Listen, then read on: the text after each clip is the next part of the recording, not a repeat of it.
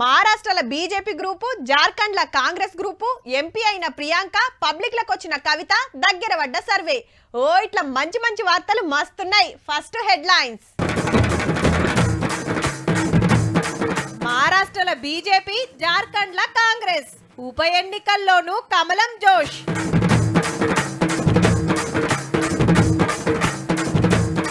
ఎంపీగా గెలిచిన ప్రియాంక గాంధీ, వయనాడ్ల వారిన ఓట్ల వరద.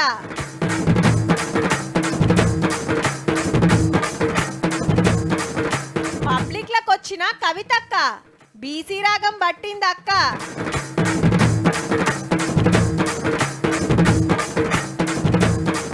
కల్తీలా నెంబర్ 1 అల్లం పేస్ట్ కొనేటప్పుడు పైలం.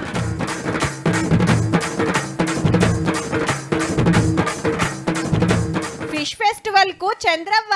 అక్కడ బొమ్మిడాయిలు అంటారు కదా, అవి కాదు మన బొమ్మిడి చేపలు. అంటే ఇవి ఎండిన బొమ్మిడి చేపలతోటి మంచిగా టమాటా వేసి ఉడుకుడు అన్నం వేసుకొని తింటే నోట్ల నీళ్లు ఊరుతాయి.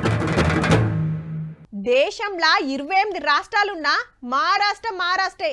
జాతీయ పార్టీలే కాదు, లోకల్ పార్టీలు సుత బిర్రే ఉంటాయి. పార్టీల గ్రూపులు కట్టుడు, చీలగొట్టుడు సుత ఎక్కువే. ఢిల్లీ దేశానికి రాజధాని అయితే బొంబాయి పైసల రాజధాని లెక్క. తోపు యాక్టర్లకు, పెద్ద బిజినెస్ మ్యాన్లకు, సెలబ్రిటీలకు అడ్డా.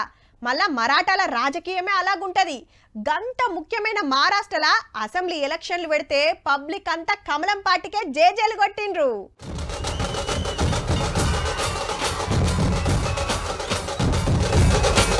ఎక్కడిది ఏం మంత్రం వేసిరో గాని మహారాష్ట్ర నూర్చి పడేసింది బీజేపీ గ్రూపు. 288 సీట్లుంటే 220 కొట్టుకపోయిరంటే చూడండిగా. షిండే శివసేన, అజిత్ పవార్ ఎన్సీపీలతో జట్టు కట్టిన కమలం పార్టీ సొంతంగా 125 మీద ఎమ్మెల్యేలను గెలిచిండ్రు. మళ్ళా 140 సీట్లు ఎవరికి వస్తే గాలదే పెత్తరం కాబట్టి అల్కగా రెండో పారి పవర్లకు వచ్చిండ్రు. మాకు గింతగానం ఓట్లేస్తారని మాకే తెలియదని పెద్ద లీడర్లే పరిశాన్ అవుతుండ్రు. ఆడోళ్ళకి నెలకు 1500 ఇచ్చే పథకాన్ని 2100లకు పెంచుతామని హామీకి అమలక్కలంతా ఫిదా అయ్యి దమ్మడి ఓట్లు గుద్దిరాట. రైతుల బ్యాంకు లోన్లు మాఫీ చేస్తాము, ఏడాదికి 15,000 సాయం చేస్తాము, 10 లక్షల మంది విద్యార్థులకు నెలకు 10,000 ఇస్తామని మాటిస్తే మరాఠాలు మురుసుకుంటూ ఓట్లేసిండ్రు. 6 నెలల కిందట పార్లమెంట్ ఎలక్షన్ లో కాంగ్రెస్ గ్రూప్ రువ్వడి చూపిస్తే అసెంబ్లీకి కూడా అట్లనే ఉంటదేమో అనుకుంటే మొత్తం ఉల్టా పల్టా అయ్యింది. శివసేన ఎన్సీపీని జీలగొట్టినందుకు ఎంపీ ఓట్లలో బీజేపీని ఓడగొట్టిన వాళ్ళు ఇప్పుడు అదే గ్రూప్ కు మళ్ళొకపారి పవర్ ఇచ్చుడే చిత్రము. ఇక కాంగ్రెస్ గ్రూప్ కు వస్తే మంచి మంచి హామీలు మస్తుగానే ఇచ్చినా పెద్ద లీడర్ అంతా కాళ్ళకు గిరికలు కట్టుకుని ప్రచారం చేసిన 50 సీట్లకు అటిటే ఆగింది. ఇప్పుడు మహారాష్ట్ర ముఖ్యమంత్రి ఇవ్వాలనే చర్చ జోరుగా నడుస్తుంది. ఎక్కువ సీట్లు వచ్చిన వాళ్ళే కావాలని ఉందా అని షిండే సార్ మళ్ళా నాకే ఛాన్స్ ఇవ్వాలని అడుగుతుంటే లేలే మా ఫడ్నవీస్ సార్కే పవర్ ఇవ్వాలని బీజేపీ. అగో మాకెందుకు ఛాన్స్ ఇయ్యారని ఎన్సీపీ అజిత్ పవార్ గారు 3 పార్టీల పెద్దలు కూకొని ఎవరిని ముఖ్యమంత్రి ఇవ్వాలనో డిసైడ్ చేస్తారట. एक है तो सेफ है, इस नारे को यथार्थ में लाते हुए महाराष्ट्र के सभी समाज के सभी लोगों ने एकता दिखाते हुए మహారాష్ట్ర లెక్కనే జార్ఖండ్ లో కూడా పవర్ ఉన్న పార్టీకే ఇంకో 5 ఏళ్లు ఛాన్స్ ఇచ్చిండ్రు ఓటర్లు. 81 సీట్లుంటే జార్ఖండ్ ముక్తి మోర్చా 30 సీట్లు గెలిస్తే కాంగ్రెస్ 15, ఆర్జేడీ 4 సీట్లు గెలిచినాయి. వీళ్ళంతా ఒకటే గ్రూప్ కాబట్టి హేమంత్ సోరెన్ సారు మళ్ళా సీఎం గా ప్రమాణం చేసుడే మిగిలింది. జార్ఖండ్ రాష్ట్రం పుట్టినప్పటి నుంచి అంటే 20 ఏళ్ల కాంచెల్లి ఒక పార్టీ వరుసగా 2 మాటలు అధికారంలోకి వచ్చుడు ఇదే ఫస్ట్. ఎట్లయినా గెలవాలని బీజేపీ గట్టిగానే తిప్పలబడ్డా 27 మంది ఎమ్మెల్యేలతోటి ప్రతిపక్షంలో కూకునుడు తప్పాలే. ఒక రాష్ట్రంలో బీజేపీ గ్రూపు, ఒక రాష్ట్రంలో కాంగ్రెస్ గ్రూప్ గెలిచినట్టు. మొన్న హర్యానా, కాశ్మీర్ లో కూడా ఇంతే. జార్ఖండ్ లో, మహారాష్ట్రలో 2 రాష్ట్రాలు వచ్చినటువంటి ఎమ్మెల్యే స్థానాలు చూస్తే 30 సీట్లు కూడా దాటే పరిస్థితి లేదు. అంత ప్రజా వ్యతిరేకత కాంగ్రెస్ పార్టీ కూడగట్టుకున్నది. ఇంకో 2 నెలలు అయితే ఢిల్లీ అసెంబ్లీ ఎలక్షన్లు అనగా 2 టీంల పతారా గిట్లున్నది. కానీ పార్లమెంట్ ఎలక్షన్లకు ఇప్పటికి చూస్తే బీజేపీకి బలం జనత పెరిగినట్టే నుల్లో.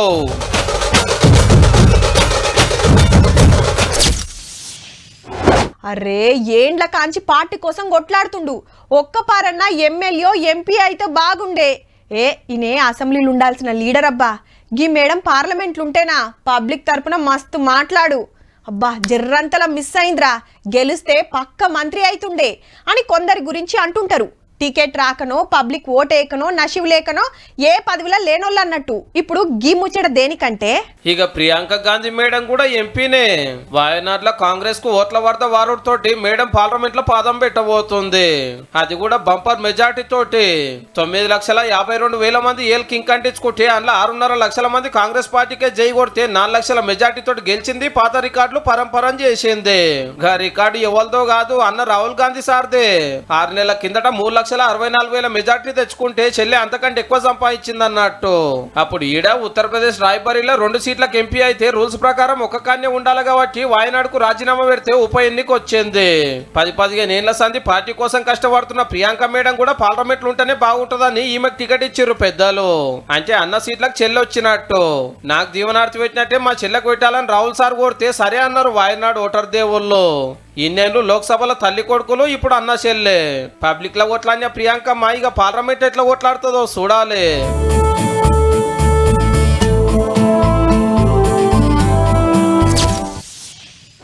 ఇక చూసుకోర్రి, కారు రువ్వడేందో చూపిస్తారు.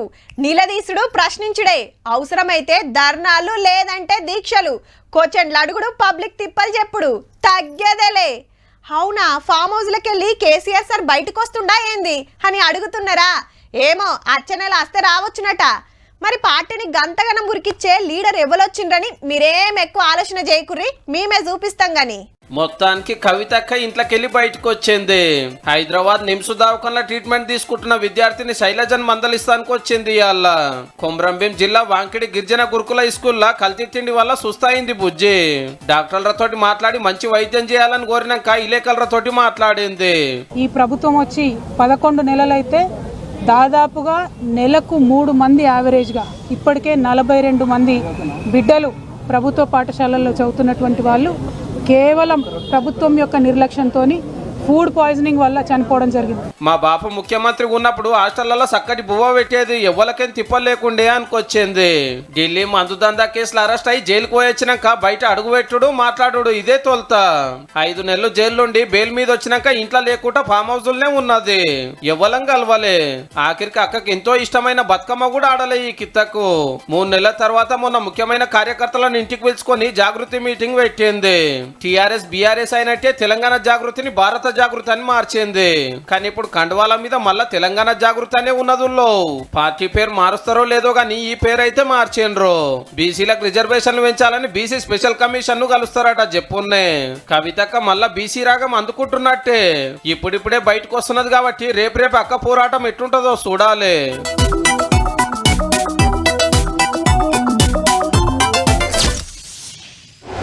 ఇయాల రేపు అంతా రెడీమేడ్ అలవాటు పడ్డామబ్బా. మునుపు మిరపకాయలు కొనుక్కొచ్చి తొడాలు తీసి మిల్లుకు పోయి కొట్టించి పెట్టేది.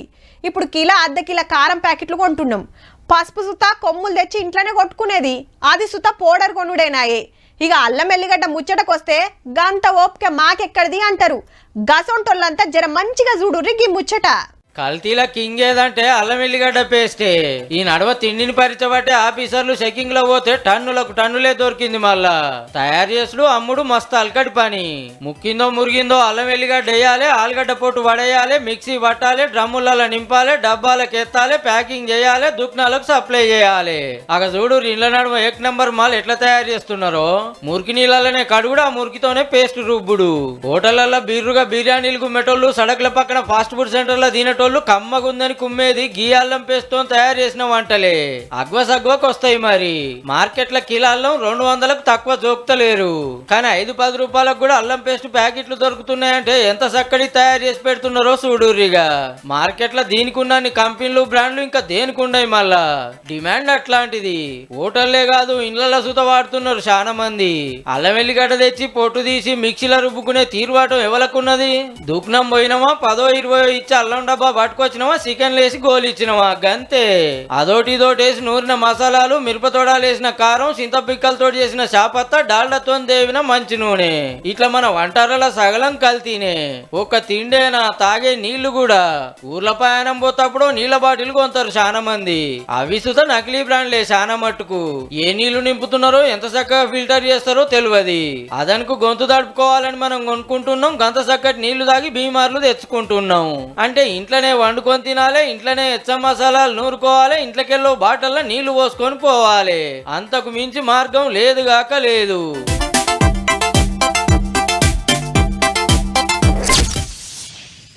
పట్నం ప్రసాద్ ఐమాక్స్ దగ్గర ఫిష్ ఫెస్టివల్ నడుస్తుందబ్బా. 2 రోజులాయే తీరొక్క చేపలు పట్టుకొచ్చి ఆడనే వండి పెడుతున్నారు. నీ సుత పోయి అరుసుకొస్తా అని ఉరికింది మా చంద్రవ్వ.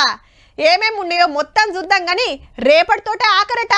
కుదిరితే మీరు సుత వైరాండ్రి మరి. చేపల కూరలు, చేపల పులుసు, చేపల ఫ్రై ఇవన్నీ తయారు చేసి పెట్టిండ్రు. చూద్దాం ఎవరెవరు ఏమేమి పెట్టిండ్రు. ఇక్కడికి రాగానే వాసన గుమ గుమ గుమ గుమ అంటున్నది. దీన్ని ఏమంటారు అక్క?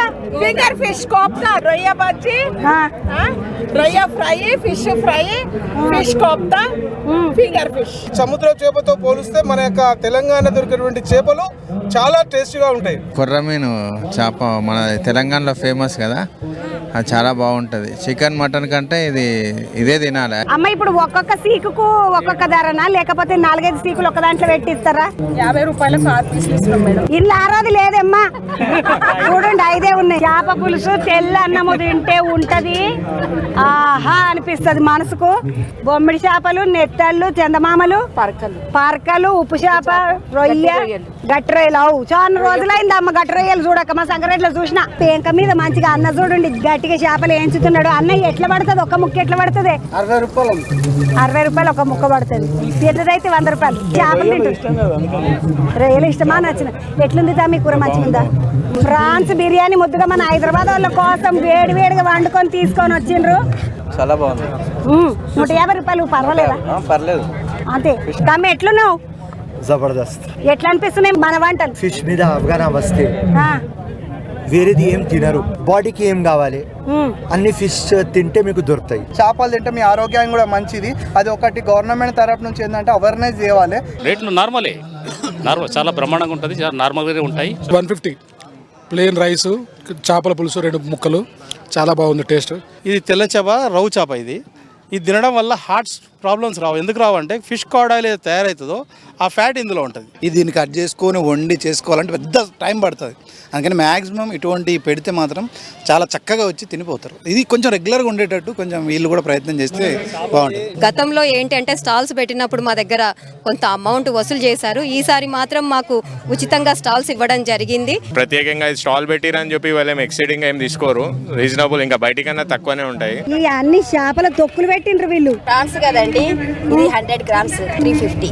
ఇది ఫిష్ ఏదేమో 250 అండి. ఫిష్ బిర్యానీ బోన్లెస్ మంచిగా చికెన్ ముక్కను తిన్నట్టు తినేసేయచ్చు. దీన్ని కూరలకు బాగుంటుంది. పిల్లలు మారం చేస్తారు ఫిష్ తినడానికి. కొంతమంది స్మెల్ ఉంటుంది, అది ఉంటుంది, ఇది ఉంటుంది అని. అది కొత్త వెరైటీగా చేసి తింటారు కదా, చూడంగానే అట్రాక్టివ్ ఉంటుంది. డబ్బలు ఏమడుతున్నది? బొమ్మిడి చేపల కూర. చాలా మందికి బొమ్మిడి చేపల కూర అంటే ఎరకలేదు. ఎందుకంటే అక్కడ బొమ్మిడాయిలు అంటారు కదా, అవి కాదు మన బొమ్మిడి చేపలు. అంటే ఇది ఎండిన బొమ్మిడి చేపలతోటి మంచిగా టమాటా వేసి ఉడుకుడుకు అన్నం వేసుకొని తింటే నోట్లో నీళ్ళు ఊరుతాయి. ఇదేందక్క షార్ చేసుకొచ్చిండ్రు. ఎండ్రకాయల సూపు. ఎండ్రకాయలు అంటే చాలా మందికి తెలియదు. తెలంగాణ చేపలకు అసలు తిరుగులేదు. ఎందుకంటే తెలంగాణ యొక్క పౌరుషం గట్టిదే, తెలంగాణ యొక్క ఉద్యమం గట్టిదే, తెలంగాణ చేపలు గట్టిదే. ప్రతి మండల కేంద్రంలో ఒక ఫిష్ స్టాల్, ప్రతి జిల్లా కేంద్రంలో ఒక ఫిష్ క్యాంటీన్ ఏర్పడే ఉద్దేశం ఉందమ్మా. కుటుంబాలతో రండి, దోస్తులతో రండి, తినండి ముద్దుగా.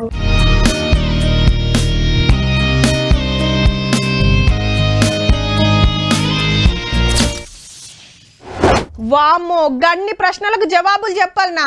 మా ఆస్తుల వివరాలు ఎందుకు ఇవ్వాలి? అమ్మో, ఆధార్ కార్డ్ నెంబర్లు చెప్తే ఏమవుతుందో. మా పిల్లగాడు పట్నంలో జాబ్ చేస్తుండంటే మాకు పథకాలు రాకుండా ఆపుతారా? బ్యాంక్ అకౌంట్ ముచ్చట్లు వాళ్ళకెందుకో. ఇట్లా ఎన్నో డౌట్లుండే పబ్లిక్. కానీ ఇంటికి వచ్చిన వాళ్ళు అన్ని ఓపికగా అడిగినరు. పబ్లిక్ చెప్పిండ్రు ఈ నెలాఖరు వరకు ఓడిపిస్తామంటే అనుకున్న టైం కంటే ముందే కంప్లీట్ కాబోతుంది. మరి సమగ్ర కుటుంబ సర్వే దగ్గర పడ్డట్టే. 1,07,00,000 కుటుంబాల వివరాలు అందితే ఇంకో 9 లక్షలు అయితే కథం. ములుగు, జనగాం, నల్గొండ, మెదక్, యాదాద్రి, జగిత్యాల, గద్వాల జిల్లాలలో అప్పుడే ఓడిచింది. ఒకవేళ మీ హౌస్ నమోదు కాకపోయినా కానీ ఇంకెవరైనా మిస్ అయినా కానీ దయచేసి నమోదు చేసుకోండి. సో నియరెస్ట్ పంచాయత్ సెక్రటరీ అయినా సంప్రదించండి, అండ్ మున్సిపాలిటీ వార్డ్ ఆఫీసర్ అయినా సంప్రదిస్తాం. కామారెడ్డి, మంచిర్యాల, ఆసిఫాబాద్, నిజామాబాద్, సిరిసిల్ల జిల్లాలలో ఇవాళ రేపట్లో అయిపోతట్టు ఉంది. కానీ హైదరాబాద్, మేడ్చల్, రంగారెడ్డి, సంగారెడ్డిలో నిమ్మలంగా నడుస్తుంది. చాలా మంది జాబులకు పోవడు, అపార్ట్మెంట్లకు రానియకపోవడం తోటి ఆలస్యమైతుందట సర్వే. మొత్తంగా చూస్తే 190 ఇండ్లు తిరిగినట్టే. 3-4 రోజులలో ఒడిపించి మొత్తం వివరాలు కంప్యూటర్లకు ఎక్కిస్తారు. 76 క్వశ్చన్లు ఉండే వరకు చాలా మంది మొత్తం వివరాలు చెప్తలేరు. మా ఆస్తులు ఆమ్దాని లెక్క మీకెందుకు అంటున్నారు. కొందరేమో సర్కారు ఇచ్చిన హామీలు అడుగుతున్నారట సర్వే ఆఫీసర్లను. పథకాలు పోవు, కొత్త పథకాలు వస్తాయని చెప్తున్నారు. ఈ రిపోర్టు తయారు కాగానే హైకోర్టుకి ఇచ్చి కేసులు గిట్లా కాకుండా అన్ని సైజు చూసుకొని బీసీ రిజర్వేషన్లు వేస్తారు. ఎమ్మటే సర్పంచ్ ఎలక్షన్లు.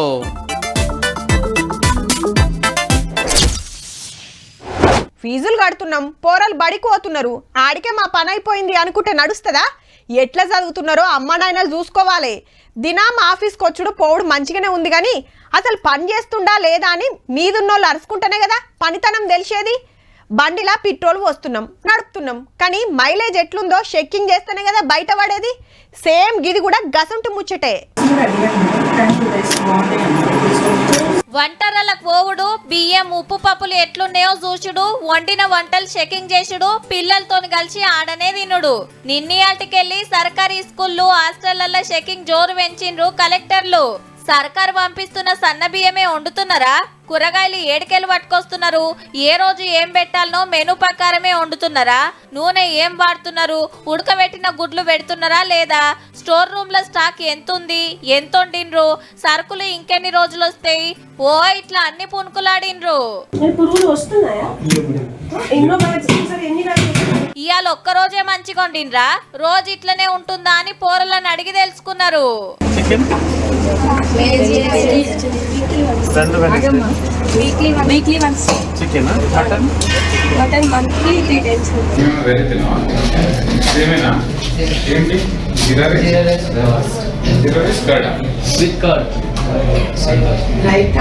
హాస్టల్ రూమ్లు ఎట్లున్నాయి? పండుకుంటానికి సరిపోను బెడ్స్ ఉన్నాయా? బాత్రూమ్ల సంగతి ఏందో సుతా చూసిండ్రు. క్లాస్ రూమ్ లకు పోయి పోరలు పాఠాలు ఎంతవరకు నేర్చుకున్నది అరుచుకున్నారు. ఉత్తగా ఆఫీస్ లో కూర్చొని ఆర్డర్ వేస్తే ఏం తెలుస్తుంది? గందుకే సీదా కలెక్టర్లే హాస్టల్ల బాట పట్టిండ్రు అన్నట్టు.